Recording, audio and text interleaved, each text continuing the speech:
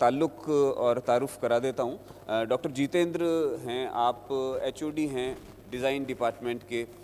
Photography के आप महारथी हैं, बरसों से आपने फ़ोटोग्राफ़ी किया है और फ़ाइन आर्ट डिपार्टमेंट पूर्णिमा यूनिवर्सिटी को आप हेड ऑफ़ द डिपार्टमेंट हैं डॉक्टर जितेंद्र, और बड़ा लंबा अनुभव है काम करने का। उनके आगे ताबीना अंजुम बैठी हैं। ताबीना कश्मीर से बिलोंग करती हैं। हमें फ़ख्र होता है ताबीना को देख के, आपके जज्बे को देख के। ताबीना जो है फ़ोटोग्राफ़र हैं और फ़ोटो स्टोरीज़ को लेके ताबीना इन दिनों काफ़ी चर्चा में रहती हैं। स्टोरी टेलिंग फ़ोटोग्राफ़ी से, वो ताबीना का मेन विषय है और हरदेव जोशी विश्वविद्यालय में आप पढ़ा रही हैं। आगे महेश स्वामी जी हैं। महेश जी को का परिचय कराना ही शायद अपनी फ़ज़ीयत कराना है, क्योंकि महेश जी रिनाउंड फ़ोटोग्राफ़र हैं जयपुर के। MNIT में आप पढ़ाते हैं, आप वहाँ पे असिस्टेंट प्रोफेसर हैं। और महेश जी एक अलग तरीके से अपनी दुनिया को तलाश रहे हैं और हम सबको उसका साझीदार बना रहे हैं। हम सब उनमें, हमको मतलब कंपेल होके इनके साथ संगत करनी पड़ती है। ये महेश जी की एक खूबी है जी, इनका अपना एस्थेटिक्स है। आगे अभिषेक बैठे हैं। अभिषेक एक यंग फ़ोटोग्राफ़र हैं। अभिषेक प्रोफेशनली इंजीनियर हैं। आप भी यहीं MNIT में इंजीनियरिंग आपने किया, लेकिन ये तय किया कि मुझे अब कुछ नया इंजीनियरिंग करना है। तो अभिषेक मैं ये मानता हूँ कि एक यंग जो लोग काम कर रहे हैं उसमें एक आगे जाने वाले व्यक्ति बनेंगे। और शॉर्ट फिल्म मेकिंग में अभिषेक अपनी एक दखल रखते हैं। आपका एडिटिंग पक्ष, आपका शूटिंग पक्ष और आपकी जो क्वेस्ट है वो बहुत हमको आपकी तरफ हमेशा खींच के लाती है। हिमांशु जी कहाँ गए? वो फिर से पिछले सेशन की तरह वो भी आ जाएंगे। हिमांशु जी से हम सभी वाकिफ़ हैं। तो मैं ताबीना को कहूँगा, ताबीना आप लोग अपनी जो जर्नी है उसको शुरू करें और आगे सेशन आप लोग ही संभालें। थैंक यू सो मच हम सबको यहाँ इनवाइट करने के लिए। थैंक यू सो मच अपनी जर्नीज़ और एक्सपीरियंसेस को शेयर करने के लिए। Usually it's very rare that a photographer sits and talks and discusses journey, the processes he or she are undergoing or they use. Usually उनकी photos या video stories या photo stories speak more. लेकिन ये ऐसा मंच है जहाँ पर बिल्कुल तस्वीरें कहीं पे भी नहीं हैं, कोई विजुअल्स नहीं है, but we'll be talking maybe and आप लोगों के भी लास्ट में we can take 2-3 questions also. So मैं शुरू करती हूँ अपने बारे में। तो खैर जैसे अमित जी ने बताया, ठीक है मैं फ़ोटोग्राफ़र हूँ, but usually I am a journalist from last 12-13 years and I teach journalism also.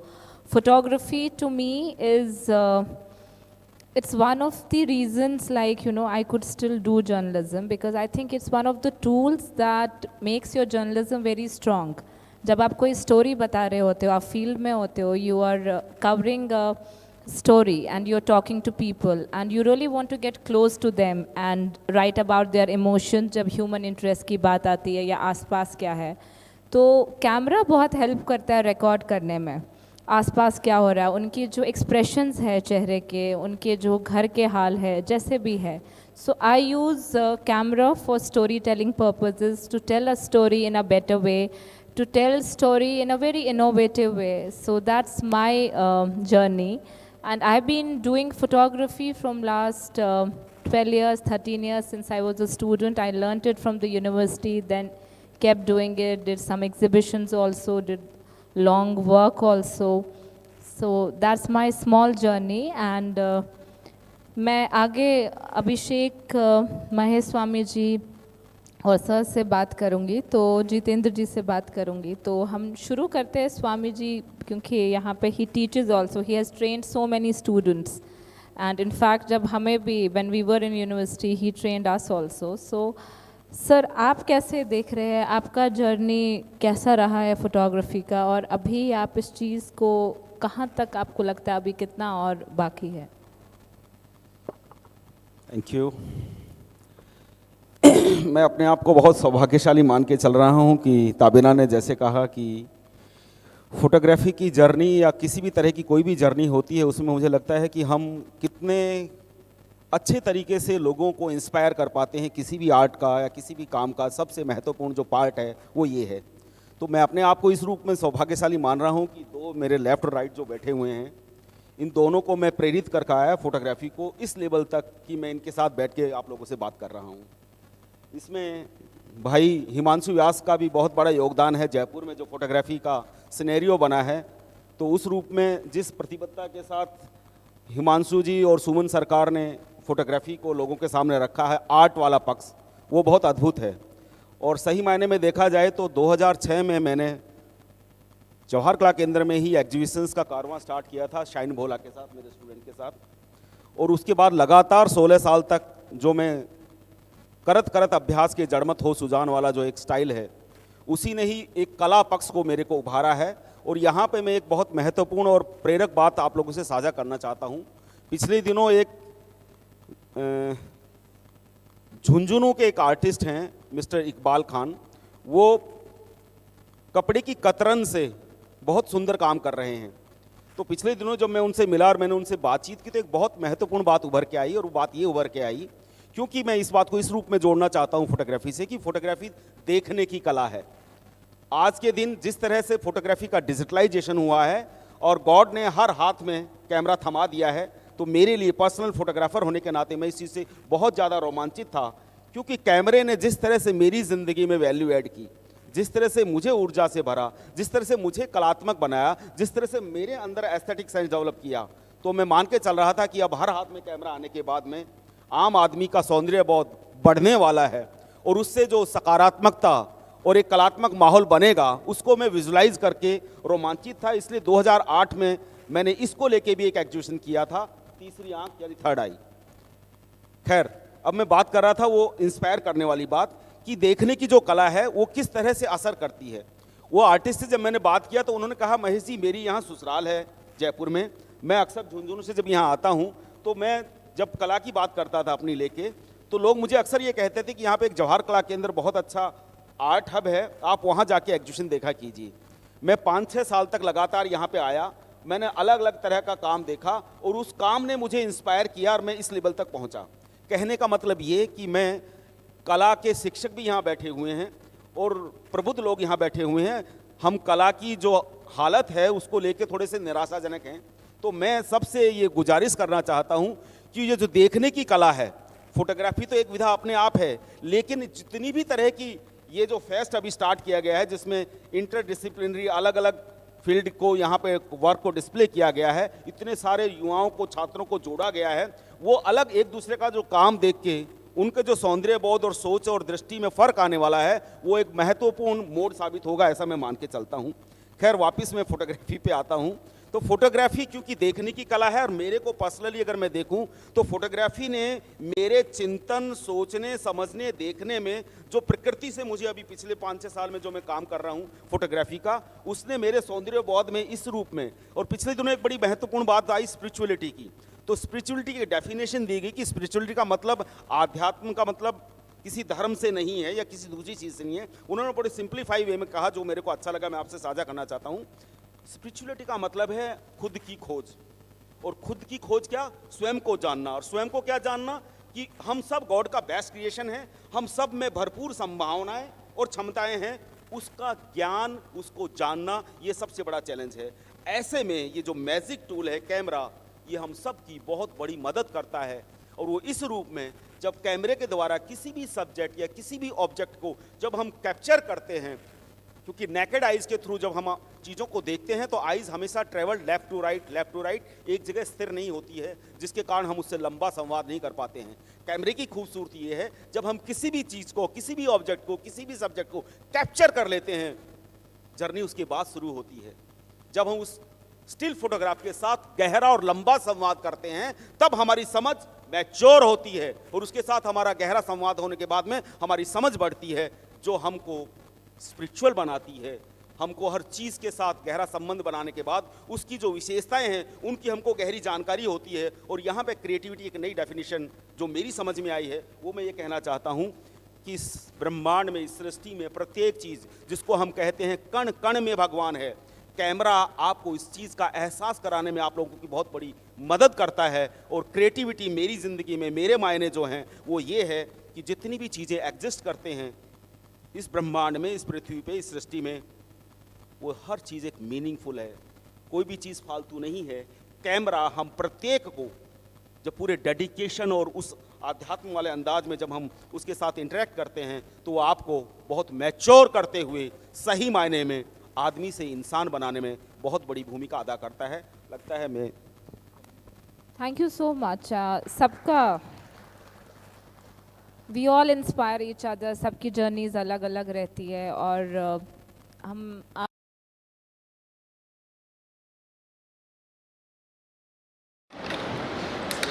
सब लोगों को नमस्कार सबसे पहले। और मेरे लिए बहुत खुशी की बात यह है कि जिन लोगों को मैंने देख के फोटोग्राफी शूट किया, महेश बाबू सर, हिमांशु सर, सब लोग यहाँ साथ में बैठे और मैं उन लोगों के साथ में बैठ के आप उनसे बात कर पाऊँ, नहीं है मेरे लिए तो अचीवमेंट है अभी तक की जर्नी का। और जब मैंने शूट किया था अराउंड 2012-11 के आसपास, उस समय सिनेरियो बहुत अलग था। मोबाइल का इतना इंटरफेरेंस हमारे जीवन में नहीं था, एज ए कैमरा भी बहुत कम टूल था। सो उस समय की फ़ोटोग्राफी से अभी तक के अगर हम फ़ोटोग्राफी की जर्नी को देखते हैं तो बहुत स्पीड और बहुत रैपिडली चेंज आया है। आप सब लोग चीज़ें समझ रहे होंगे कि किस तरीके से हमारा विजुअल को देखने का जो सेंस है वो बहुत फास्ट हो गया। हम इवैल्यूएशन जो है कोई भी विजुअल का वो इतना तेज़ है कि मीन्स सेकंड्स में, जैसे कि सारा इंस्टाग्राम या आप सब लोग वाकिफ़ होंगे फेसबुक इनकी एल्गोरिदम से, कि आपको 2 सेकंड्स 3 सेकंड्स से ज़्यादा आप किसी चीज़ पे अटेंशन अपना फोकस नहीं कर पा रहे होंगे या कर नहीं पाते हैं।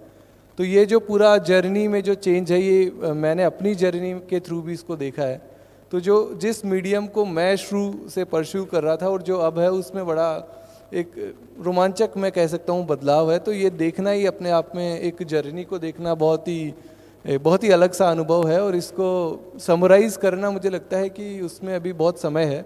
और मेरी जर्नी स्पेशली फ़ोटोग्राफी की जर्नी या फिल्म की जर्नी में सबसे स्पेशल ये रहा कि जैसे सर ने भी कहा कि ये बहुत एक प्रोसेस है, मीन्स कि आप चीज़ें समझते हैं कि आप क्यों कर रहे हैं। फॉर एग्ज़ाम्पल मैं इंजीनियरिंग स्टूडेंट था, मुझे आराम से नौकरी मिलती, मैं आज काम कर रहा होता, सब बढ़िया, लेकिन क्यों आपको ये सब करना है मीन्स।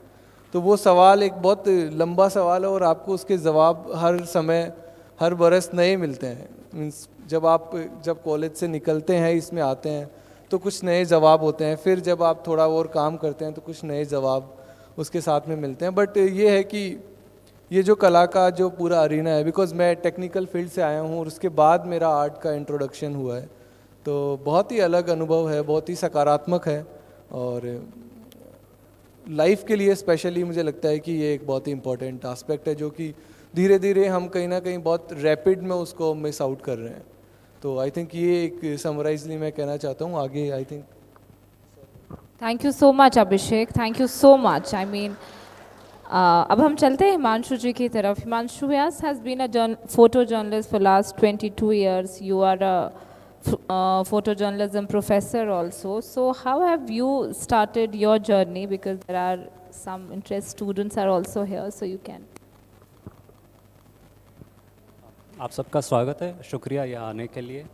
और महेश स्वामी जी यहाँ पर है, अभिषेक है, ताबीना, जितेंद्र जी है ना, कोई फ़ोटोग्राफी के एकेडमिक्स में और सारा कुछ।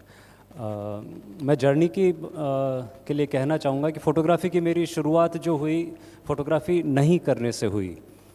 और ये मैं कुछ स्ट्रेंज चीज़ें कहूँगा आपको जो कि कि मैंने अधिकांश कलाओं की शुरुआत उनको नहीं करने से करी। और ये बहुत इम्पॉर्टेंट है कलाओं के अंदर और कई सारी विद्याओं के अंदर कि आप उसको नहीं करके उसका प्रारंभ करें, उसको सीधा अप्रोच नहीं करें। मुझे जो अर्लीस्ट मेमोरी जाती है फ़ोटोग्राफी की वो है कि घर में कोई विवाह था और मैं 5वीं 6वीं में था और विदेश से हमारे कोई रिश्तेदार आए थे जिनके पास कैमरा था। ये 1984-85 की बात है और कैमरा उन दिनों शायद शहर में 2, 3 या 4 हुआ करते थे। तो वो कैमरा हर हाथ में घूम रहा था, मामा जी ले रहे थे, जो बड़े बड़े लोग थे सबके हाथों में कैमरा जा रहा था और मेरी नज़र बार बार उस कैमरे की तरफ जा रही थी और सब लोग उसको लेके उससे एक एक फ़ोटो खींचने को मिल रही थी। और मुझे वो बेइंतहा खींच रहा था अपनी तरफ कैमरा। क्योंकि आज जब मैं देखता हूँ कि मैं पिछले 30 साल से फ़ोटोग्राफी कर रहा हूँ, तो मतलब उस समय कुछ रहा होगा उस बच्चे के मन में कि उस कैमरे के प्रति उसमें क्या रहा होगा मुझे नहीं पता। पर जहाँ सब लोग उस कैमरे को लेकर तुरंत फ़ोटो खींचना चाह रहे थे, मेरे मन में एक विचार बार बार चल रहा था कि मुझे जब तक आएगा नहीं मैं इसको हाथ में नहीं लूँगा। मुझे ऐसा लग रहा था कि मैं इसको यूं ही पकड़ के मैं फ़ोटो खींचना नहीं प्रारंभ करूँगा। ये एक 12 साल के बच्चे के मन में ये बात बहुत गहरी चल रही थी। ये चीज़ सारी कलाओं के साथ हुई। जब कोई वाद्य सीखना शुरू किया तो मेरे मन में आता था कि नहीं, मैं इसको यूं ही छूऊंगा नहीं, अभी एकदम से हाथ में लेके बजाना शुरू नहीं करूँगा, एकदम से कैमरा उठा के फ़ोटो खींचना प्रारंभ नहीं करूँगा। तो ये नहीं करने से कलाओं का प्रारंभ होता है। एक लंबा समय दीजिए, एक समय आएगा तब वो अपना आप आपके हाथ में आता है। और ये तो एक शुरुआत हुई। उसके बाद में जब कॉलेज के आसपास आया, स्कूल के दिनों में, तो मुझे एक कैमरा मिला, SLR कैमरा। और आप जानते ही हैं कि 90 के दशक में जो स्कूल कॉलेज में होता था उसके सामने कोई ऑप्शन नहीं होता था सिवाय डॉक्टर इंजीनियर बनने के। और वो डार्क एजेस कहता हूँ मैं बच्चों की और युवाओं की वो डार्क एजेस थी कि आपके सामने कुछ भी नहीं है। तो हम भी जाते थे, ट्यूशन में जाते थे, सुबह 5:30 ट्यूशन में घुसते थे, जो रात को 11 बजे ट्यूशन्स ख़त्म होती थी, फिजिक्स के सर, बायोलॉजी के सर, वो सारा। तो मैं डिक्की में कैमरा छुपा के ले जाता था और सुबह की लाइट अच्छी होती है तो ट्यूशन से लौटते वक्त फ़ोटोग्राफ्स करता था। फिर मेरा जो पढ़ने का कमरा था छत के ऊपर, उसमें मैंने कैमरा छुपा के रखा हुआ था कपड़ों के अंदर। तो वहाँ से पढ़ते पढ़ते मैं PMT की तैयारियों के बीच में छत से ही खिड़की से जूम लेंस लगा के कुछ तस्वीरें खींचता था। और कभी कभी चुपके से जाते हुए राजस्थान पत्रिका के ऑफिस में कुछ तस्वीरें उनके संपादक को दिखा देता था। कि अब मुझे नहीं पता था कि इसका एक भयानक परिणाम ये होगा कि ये तस्वीर कभी छप जाएगी मेरे नाम के साथ, है ना। और ये दुर्घटना एक दिन घटी गई और वो हुआ मेरे BSc के फर्स्ट ईयर के एग्ज़ाम के दिन ही सुबह राजस्थान पत्रिका में उनमें से एक फ़ोटो छप गई और उसमें मेरा नाम भी था। अब दुविधा ये कि मैं सबको बताऊं कि नहीं, क्योंकि बताते ही वो कैमरा कॉन्फिस्केट हो जाता या जो आप निरंतर असफल होते जा रहे हैं स्कूल में, कॉलेजेस में, उसका सारी तोहमत उस कैमरे के ऊपर आ जाती। तो बहरहाल मैंने वो बताया, सबको घर पे बताया कि मेरी एक फ़ोटो अखबार में छपी है और उसके नीचे मेरा नाम भी है।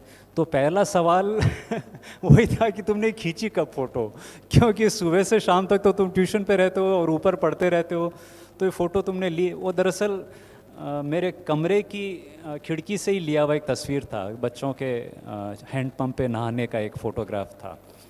तो इन दोनों शुरुआतों में एक बड़ी सुंदर चीज़ है कि पहली तो आप उसको अप्रोच ही मत करो, आप जिसको चाहते हो या उससे एक दूरी बना के रखा है ना, उसको ऑब्ज़र्व करो, उसको कुछ घटित होने दो, है ना। लेट समथिंग हैपन, आप उसको घटवाओ मत तुरंत लेके, लेट इट हैपन ऑर्गेनिकली। और वो बहुत सुंदर मोमेंट होता है कि वो कला खुद आपको पता नहीं कैसे आपकी तरफ धीरे धीरे बढ़ती है। दूसरी चीज़ यही थी कि आप जहाँ पर भी हो, मेरे जो राजस्थान पत्रिका में अधिकांश उस कॉलेज के दिनों में जो तस्वीरें छपी, वो सारी की सारी उस एक कमरे से ली हुई थी।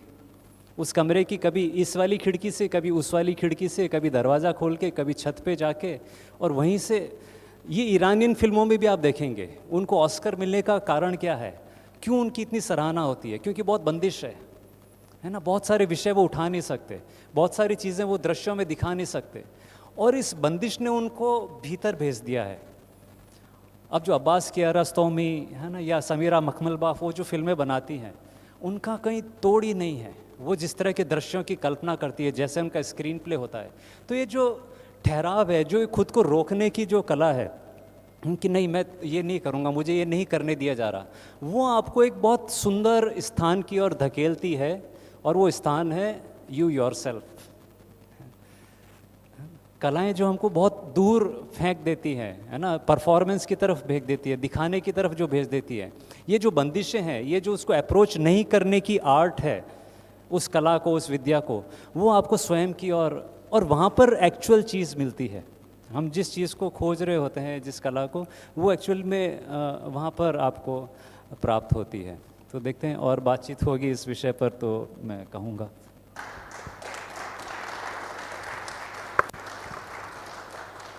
जब आप बता रहे थे कि कैसे आपने एक कमरे के अंदर से कई कई तस्वीरें ली, खिड़की से, सीलिंग में क्या हो रहा है, बालकनी से, हम सब ने भी ऐसा कुछ करा है लॉकडाउन के टाइम पे, जब हम सब लोग एक कमरे में, एक फ्लैट में, एक घर में कैद थे, और उसका हमने बहुत सारा यूज़ किया। एंड आई एम श्योर आप सब ने भी बहुत सारी तस्वीरें ली होंगी, है ना, खिड़की में से आसमान, पेड़, बारिश, क्योंकि आपके लिए वो एक खिड़की थी, वो एक व्यू फाइंडर की तरह था जहाँ से आप दुनिया को देख रहे हैं। मैंने इस चीज़ को बहुत एक्सपीरियंस किया, और मैंने उन दिनों सबका वर्क भी फॉलो करी थी, तो बहुत सारे लोग बहुत सुंदर सुंदर तस्वीरें अपने एक फ्लैट से, एक घर से, या टेरेस पे लेके, छोटी खिड़की, बड़ी खिड़की। तो कभी कभी हमारे जो इर्द गिर्द होता है उसको भी हम मिस कर देते हैं, जो आपके पास ऑलरेडी होता है, कुछ नया ढूंढने के चक्कर में। तो फोटोग्राफी में स्लोनेस की भी बहुत ज़्यादा ज़रूरत है ना, आपके इर्द गिर्द क्या है, ऑब्ज़र्व करना, थोड़ा स्लोनेस, और बहुत सारी सुंदर चीज़ें दिख जाती है। आगे बढ़ते हुए ना विल स्पीक टू जितेंद्र जी। हाँ जितेंद्र जी बताइए। शुक्रिया तबीना जी, और मुझे काफ़ी अच्छा लग रहा है मंच शेयर कर रहा हूँ आप जैसे बड़े सब फोटोग्राफर्स के साथ। मेरी जर्नी अगर मैं कहूँ, अगर याद करूँ तो मुझे 2009 याद आता है, पहली बार। उस समय ज़्यादा कैमरा वगैरह तो नहीं होते थे। मैं ट्रैकिंग करता था, तो जंगलों में फिरना और बस घूमना, महाराष्ट्र वगैरह के जंगलों में। तो एक बार गलती से हिमाचल के कुल्लू के आगे एक ट्रैक कर रहे थे, मैं रास्ता भटक गया और मेरे ग्रुप से रह गया, मुझे रास्ता मिल नहीं रहा था वापस आने का। लेकिन वो सबसे अच्छा पल था क्योंकि मैं रास्ता भटका और मैंने देखा ट्वाइलाइट, जो डस्क थी। डस्क में, ट्वाइलाइट में जो आसमान था, मैंने लाइफ में ऐसे कलर्स कभी देखे ही नहीं, क्योंकि पोल्यूशन नहीं था, हिमालय था, और इतने कलरफुल आसमान को I was like mesmerized with the beauty, serenity of that landscape, and I thought जाने दो सबको और मैं यहीं रहूँगा अब।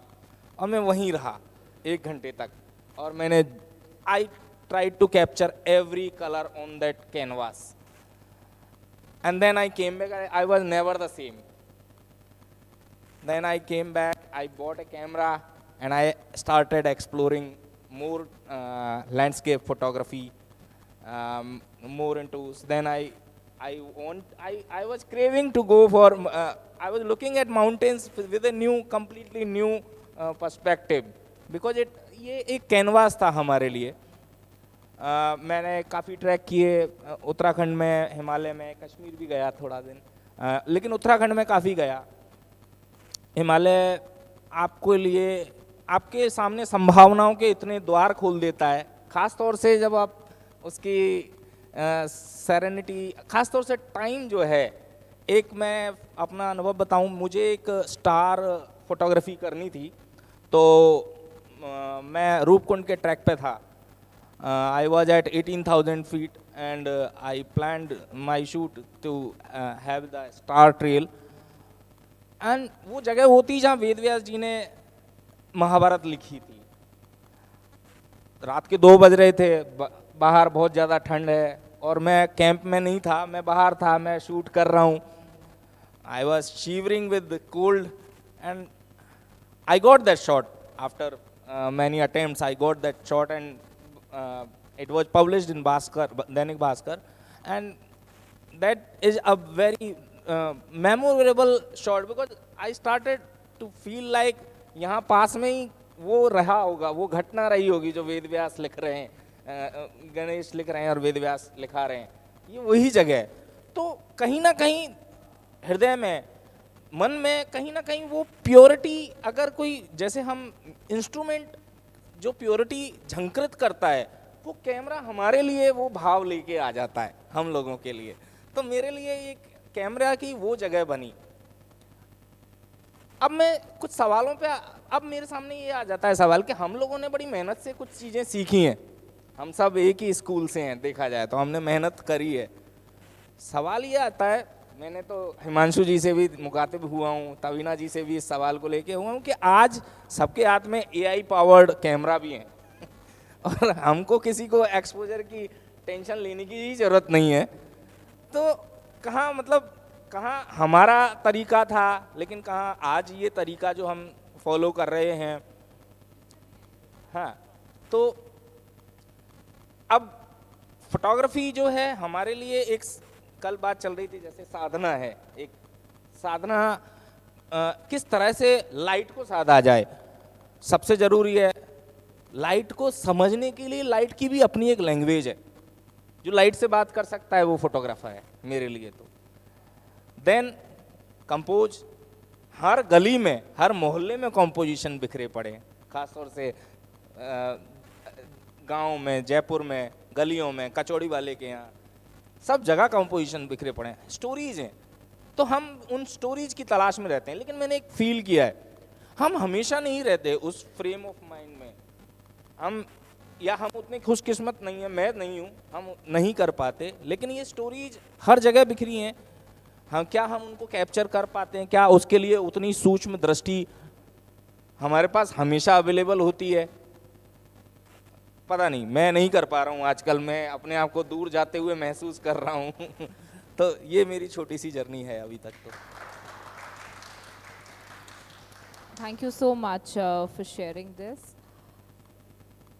हम सबके अपने अपने फेवरेट सब्जेक्ट्स होते हैं जिनकी हम तस्वीरें लेते हैं। We have our own journeys. ये तो होता है कि जर्नी हमने फोटोग्राफी में कैसे शुरू किया, लेकिन how do we approach, how do we treat this art process, हम इसमें इवॉल्व कैसे होते हैं, हम चीज़ों को कैसे देखते हैं, इससे हमारा डे टू डे लाइफ का और कैमरे का क्या जोड़ है। For example I take pictures every day, चाहे अपने मोबाइल से लूँ, बहुत दिनों से कैमरा यूज़ नहीं किया है, बिकॉज आई बिलीव इन जो भी अगर अच्छा फोटोग्राफ है I will take that. So why do I take pictures? I take pictures because I see stories in it. I see so many elements of story telling in these pictures which I capture. कभी काम कर रहे होते हैं तब भी लेते हैं, कभी वही तस्वीर बार बार भी लेते हैं। तो मेरे को जो इंट्रीग करता है, people intrigue me, stories intrigue me, I mean street photography intrigues me. और जब हम लोग जर्नलिज्म के लिए बाहर जाते हैं, so camera really helps as a third eye. You have one more window to the world, to different diverse perspectives, and it does help because it also helps you to recognize around. So I look at it this way. It has also been a co-traveler. If I'm traveling alone most of the times, तो ठीक है, आपको अकेलापन भी लगता नहीं है, there is somebody with you and you're regularly capturing. फिर उस चीज़ को और बाद में देख के आपको वो जगह आप उसको revisit भी कर सकते हैं। तो that is my how I see photography as. तो आप कैसे देखते हैं? देखिए, जैसा कि मैंने फिर कहा है कि कैमरा एक टूल है जिसको मैं मैजिक टूल समझा है। डिपेंड करता है कि आप इस मैजिक टूल की जो विशेषताएं हैं उसको कितनी गहराई में जाके फील करते हैं। और दूसरा पार्ट कैमरे के अलावा है ये ब्रेन, और जो कहा गया है कैमरे की पीछे की आँख। इस कैमरे की पीछे की आँख कितनी समृद्ध है, और मैंने जो अभी बात किया कि वो कितनी स्पिरिचुअल इन द, कितना इस सृष्टि से एकाकार है, कि जो कण कण में भगवान की जो फिलॉसफी की मैं बात कर रहा हूँ, अगर उसका पूरा आपको अच्छा ज्ञान है, इतनी गहरी चीज़ों की समझ है, तो ही आप वो जो अच्छा और बुरे वाली फोटोग्राफ की हम बात कर रहे हैं, अच्छा बुरा कुछ भी नहीं है। इस सृष्टि में प्रत्येक चीज़ बहुत खूबसूरत है। काश हमारी ये जो समझ इतनी मैच्योर और परिपक्व हो जाए, तो अगर हमको, जब हम कह रहे हैं फोटोग्राफी देखने की कला है, तो देखने वाली बात है, इसमें सबसे महत्वपूर्ण पार्ट कैमरे में लाइटिंग। हम रोशनी यानी लाइट के द्वारा पेंट करते हैं, एक कला की भाषा की में परिभाषा की हम जो बात करते हैं। तो जितनी ज़्यादा संवेदनशीलता हमारी इस लाइट को लेके होगी, सुबह से शाम तक जो डिफरेंट लाइट्स हैं, और फिर वो किस तरह से रिफ्लेक्ट करती है, किस तरह से वो बाउंस करती है, तो इसके प्रति जो हमारी संवेदनशीलता और सेंसिटिविटी है, फिर चेहरे के एक्सप्रेशन है, फिर प्लांट्स हैं, फिर आपका लैंडस्केप है, फिर उसके सराउंडिंग है, बैकग्राउंड है, फोरग्राउंड है, इन टोटलिटी के अंदर हर चीज़ का जब गहरे संबंध आपस में जब रिलेट करके हमारा जो सौंदर्य बोध है वो उसका क्या मीनिंग निकालता है, ये जो फ्रेम हम तय करते हैं। तो डिपेंड करता है, हर चीज़ खूबसूरत है, पहले आपको दिमाग में इस आस्था के साथ, इस सारे नेचर के साथ आपको पेश आना पड़ेगा, और फिर जितनी जितनी हमारी सबकी सोच और दृष्टि समृद्ध होगी, उतना ही जितना हमको लाइटिंग का अच्छा ज्ञान होगा, और जितना हमको कैमरा जो मैजिक टूल है इसकी जो अंदर की विशेषताएं हैं, लेंसेज हैं, डेप्थ ऑफ फील्ड है, इन सब का जितना हमको ज्ञान होगा,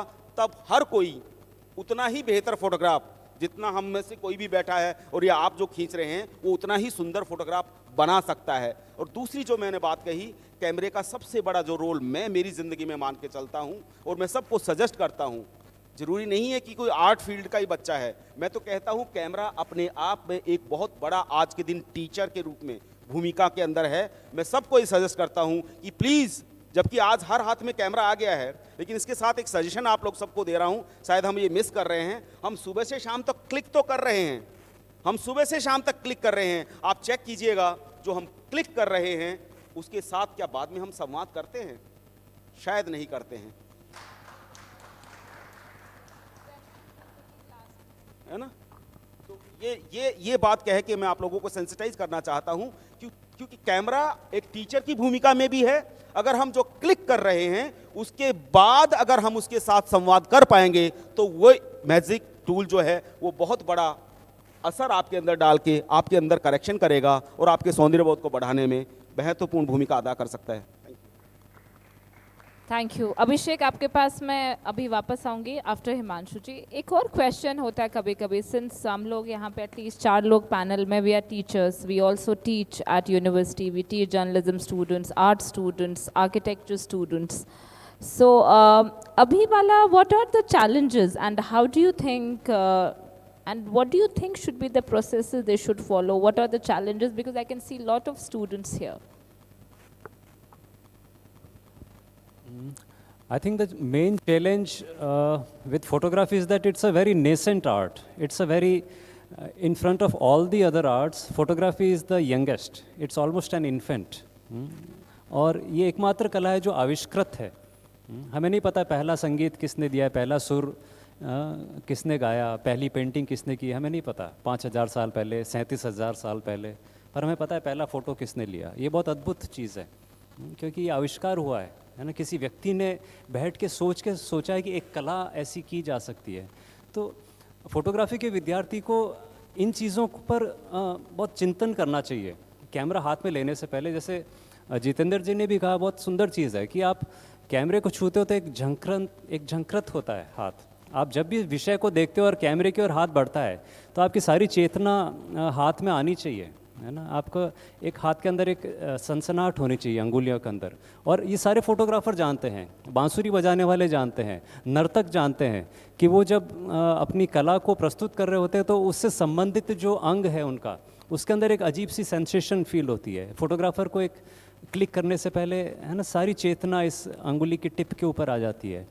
तो बजाय कैमरे, गैजेट्स, उनके ऊपर बहुत अधिक कंसंट्रेट करने के, इन जो अनुभूति मूलक जो चीज़ें हैं, which gives you sensation in your, you think something and sensation arrives in your limbs, in your हाथ, उन चीज़ों पे एक तो ध्यान देना ज़रूरी है फोटोग्राफी के विद्यार्थी को। और दूसरा चीज़ है कि दूसरी कलाओं से एक बहुत मूलभूत फ़र्क है फोटोग्राफी में, वो है मटेरियल का। मटेरियल, आप पेंटर हैं तो आपका कैनवस होगा, आपका ब्रश होगा, कलर्स होंगे। कवि हैं तो पेन होगा, आप किसी चीज़ के ऊपर लिख रहे होंगे। आप डांसर हैं तो स्टेज है, वो है ना, खूब सारी चीज़ें। टाइम आपका मटेरियल है, समय के अंदर आप सृजन कर रहे हैं। फोटोग्राफी में एक बहुत अलग जो चीज़ है वो है कि आपको तत्क्षण सृजन करना है। You have to create there and then. बाकी सारी कलाओं में जो एक आपको सोचने का और उसको प्रोसेस करने का और उस प्रोसेस किए हुए से वापस बाहर जाने का, ये जो सारी सुविधाएं मिलती हैं, फोटोग्राफी में वो सारी चीज़ें एब्सेंट है। आपकी कितनी भी तैयारी हो, आप कितने भी पढ़े लिखे हो, आपको गैजेट्स का कितना भी ध्यान हो, पर वो क्षण सामने आके चला गया अब ईश्वर स्वयं भी उसको वापस नहीं ला सकता। अगर कोई ला फोटोग्राफर तो कहाँ से लाएगा?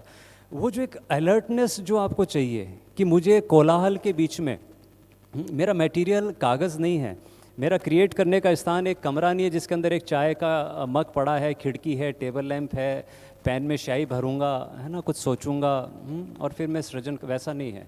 फोटोग्राफर का क्रिएशन कोलाहल के बीच में दौड़ते भागते, है ना, उठाया, धूप है, लाइट है, जा रही है, आ रही है, मुझको अभी फ़ोटो ले लेना है नहीं तो ये रोशनी चली जाएगी, ये गाय उठ के चल देगी, ये औरत जो सब्जी खरीद रही है ये चली जाएगी, सूरज डूब जाएगा, फूल कुम्हला जाएगा। आपके पास समय ही नहीं है, आप बंधे हुए हो और आपका मटेरियल रियलिटी है, आपका मटेरियल अनरियल सा कुछ नहीं है। Something which is constantly happening in front of you आपका मटेरियल है।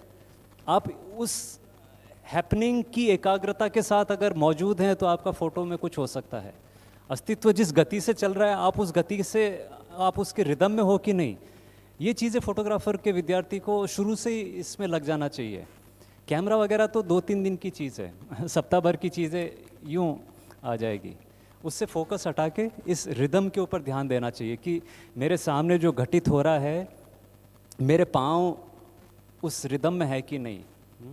और उसको सोचना कम चाहिए फोटोग्राफर को, उसको उसके पाँव जैसे डिक्टेट करते हैं वैसे चलना चाहिए। बहुत इंपॉर्टेंट चीज़ है।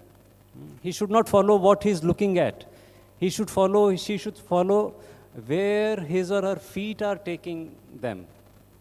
आपको कोई चीज़ देखते देखते, देखने में आपका दिमाग काम करता है, वो आपको कुछ सजेशन दे देगा, नहीं ये सब्जेक्ट सही नहीं, वो नहीं है, पर उसी क्षण आप देखोगे कि आपके पाँव आपको किसी और ले जा रहे हैं। फॉलो देम, आपके पाँवों को फॉलो करो फोटोग्राफी में, वो आपको सही कंपोजिशन की दिशा में ले जा रहे हैं। एक सबकॉन्शियस चीज़ है जो आपको डिक्टेट कर रही है। तो फोटोग्राफर को थोड़ा सा बॉडीली एक समझना भी होता है उन चीज़ों को। तो ऐसी कुछ चीज़ें पर सीखने वालों को ध्यान देना चाहिए। Thank you. Like you said, you should follow your, your intuition, your footsteps. जहाँ की और खिंचाव है, आप वहाँ जाइए, आप फोटो खींचिए, आप देखिए, है ना। Photography teaches you how to see. This is the first thing, how to see beyond, how to see in depth. And if you are even practicing some other art forms, photography in some way will always help you. It will, it will help you कि दूसरे perspective से कैसे देखना है, इसको closely कैसे देखना है, चीज़ को observe कैसे करना है. Since we have a lot of digital, like there are new cameras, we have new ways of taking photos, and you do a lot of travel photography. And we have here people who are interested in travel photography because you go to places. So tell us, what all do you use? What is helpful for them? So as I was discussing, I have like some ideas, like why you should do things like you are taking a picture and what it is and how you can relate with it. So number one thing he told us that you have to see that moment and you have to be in that moment so you can capture that. So वो एक चीज़ है, definitely है, but दूसरा भी सवाल आता है कि आज के पॉइंट ऑफ टाइम में you have all the gadgets, you have everything, then why your picture matters, right? आप लोग पिक्चर्स ले रहे हैं, सबके फ़ोन बहुत अच्छे हैं, they will take really nice pictures, why that matters? So like what I can tell you and what my experience is, like two basic things I get to experience. The number one is that easy picture and comfortable things can be done by everyone, and it's not the work of a photographer. Number one thing everybody should perceive and think about is to be in a position where you are uncomfortable. Like आपको लगे कि यार ये तो कुछ तो means you feel just kind of a rush in yourself that this is something I want to do and this is a very uncomfortable situation for me to take a picture. I think that is the starting point for your photography or your image to work. So वो मुझे लगता है कि जब आप खुद को एक uncomfortable place में, situation में या process में डालेंगे, you start getting that kind of result or images you want. Like in my journey for a long time I thought कि फोटो अच्छा भी आ रहा है, सब कुछ नाइस कॉम्पोजिशन है, but I am not feeling the image. तो वो इसलिए भी हो रहा है because I know the technical aspect, I know you know how it can be done, but I you know if you go 1 step or 2 step ahead, you make yourself in a uncomfortable position, you get something different. और उससे क्या फ़ायदा होगा, means आप आज इतने images हमारे पास में है, गूगल पे सब रखा हुआ है. If any image we take today it's already been done in a way or other way, like बहुत ब्यूटीफुल शॉट, सब कुछ हो गया in terms of travel photography में बात करूँ तो. बट आई थिंक जैसे कि सर से भी बात हो रहा था कि like if you go on A track and मैंने ट्वाइलाइट देखा तो that moment is in my memory. तो आप जब भी अब बहुत ही कॉन्शियस हैं और आप फोटोग्राफी कर रहे हैं, you know that place, you know that moment, तो वो आपके अंदर है वो इमेज. सो अभी वो इमेज कैमरा में है, आपके लैपटॉप में है, इट डजेंट मैटर. जैसे ही सर ने बोला ट्रैकिंग, तो मेरे पास मेरे दिमाग में 10 इमेजेस या मेरे वो 10 मोमेंट्स आ जाते हैं कि यहाँ पे मैं गया था और मेरे साथ ऐसा कुछ हुआ था, या मेरे साथ ये मेरी मेमोरी है, या ये इमेज मैंने ली थी, या ये एक्सपीरियंस हुआ था. तो आई थिंक वो सबसे बड़ा जो गेन है या आपके लिए रिवॉर्ड, आई थिंक वो है कि you live that moments and now you know that moment कि कोई प्लेस है, कोई मेमोरी है, कोई स्पेस है, आप उसको एक्सेस कर सकते हैं in a very different way. So I think that's something you learn from. This is how you know technology has help. And एक और चीज़ है टेक्नोलॉजी का जिसने हेल्प ज़्यादा नहीं किया. Most of our pictures 1000-2000 pictures lie in our mobile phones और in our cameras and we don't end up taking prints.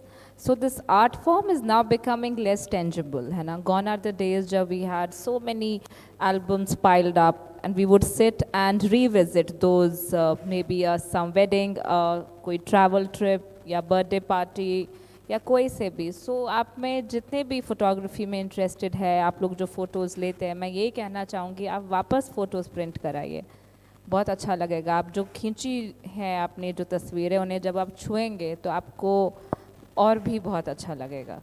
तो क्योंकि अब we have to just conclude it, so one last question, like we in journalism classes teach about ethics.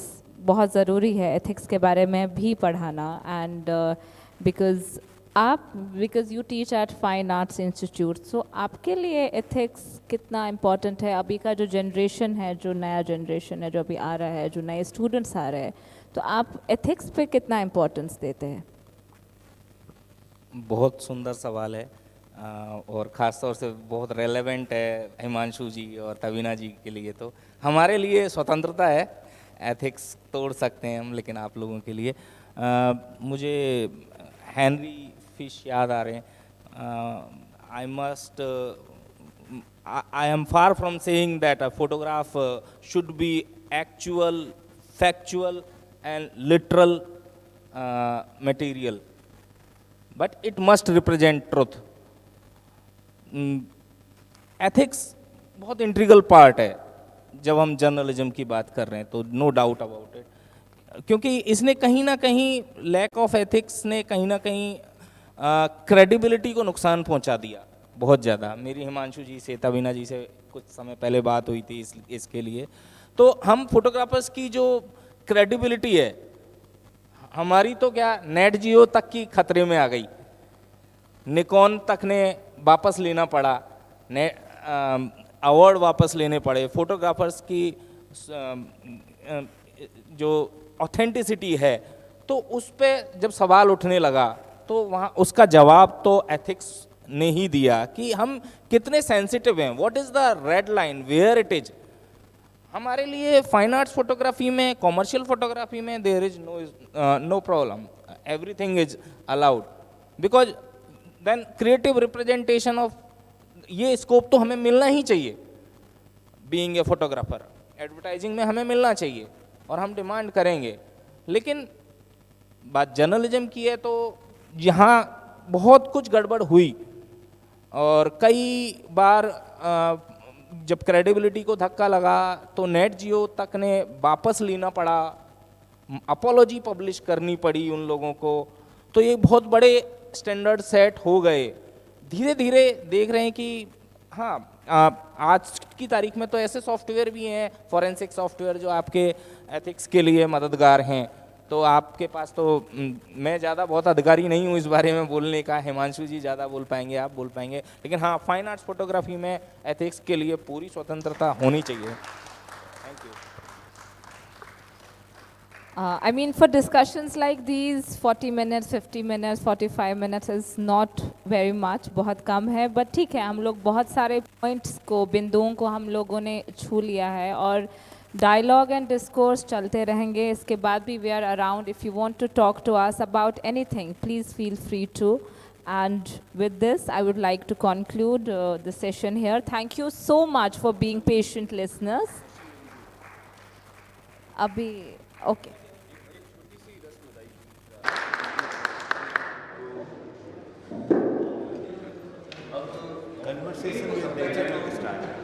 ऊपर ही रहिए। अनु जी आपसे गुजारिश है, आप आए प्लीज।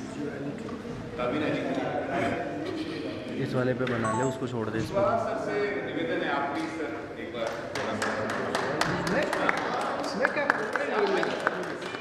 अरे आप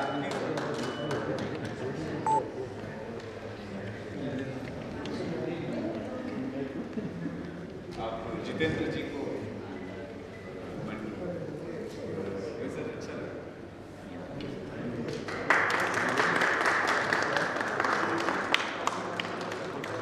अशरफ जी प्लीज। अशरफ जी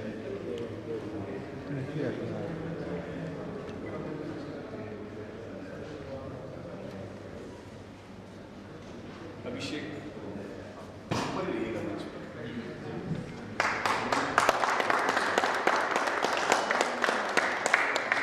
संजीव शर्मा जल्दी नहीं आइए।